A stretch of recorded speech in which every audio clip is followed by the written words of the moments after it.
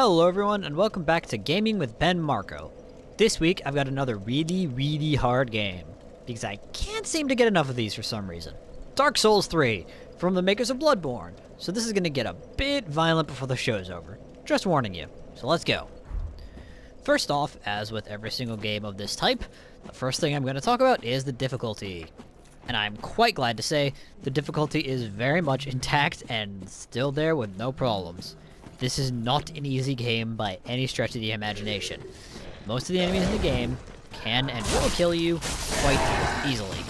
Even the most innocuous and innocent looking ones still have absolutely no problem ripping your throat out if you, get too close or do something stupid. So yeah, difficulty's there, intact, and more than willing to show off. Second is, the combat and the weapons. So the weapon I'm using here is a flamberge, which is my personal favorite weapon in the game at the moment.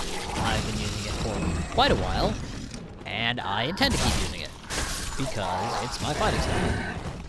The combat itself is, as always, functional and very fun.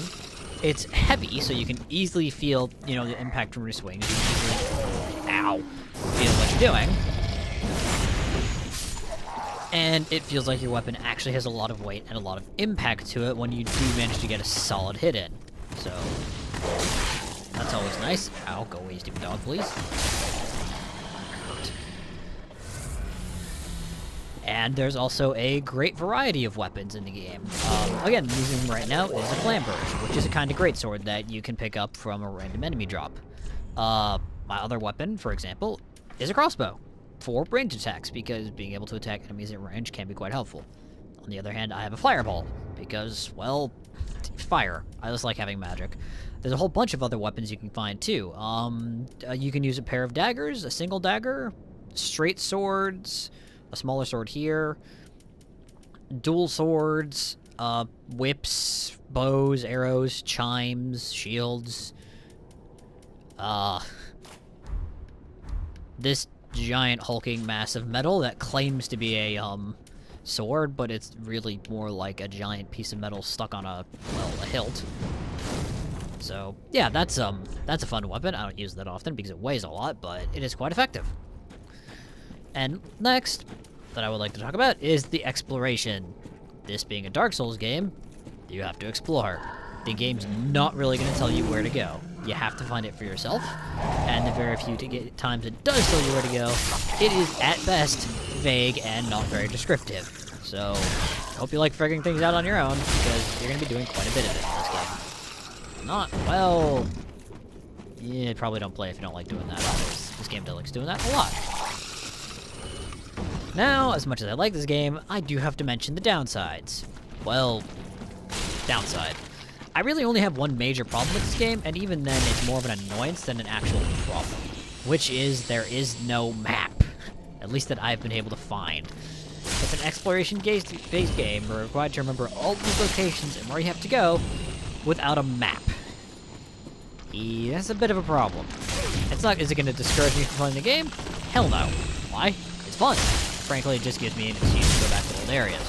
But on more than one occasion, I can say I would have much preferred to have a map. So, yeah, map please. Now, of course, final question is this $60 game worth it?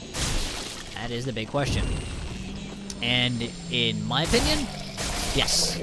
If you like Dark Souls, if you like Bloodborne, or if you like Salt and Sanctuary, or, just games along these lines in general, you are probably going to like Dark Souls 3. It's basically more the same. And I mean that in a good way, because Dark Souls has always been difficulty well, and it hasn't changed.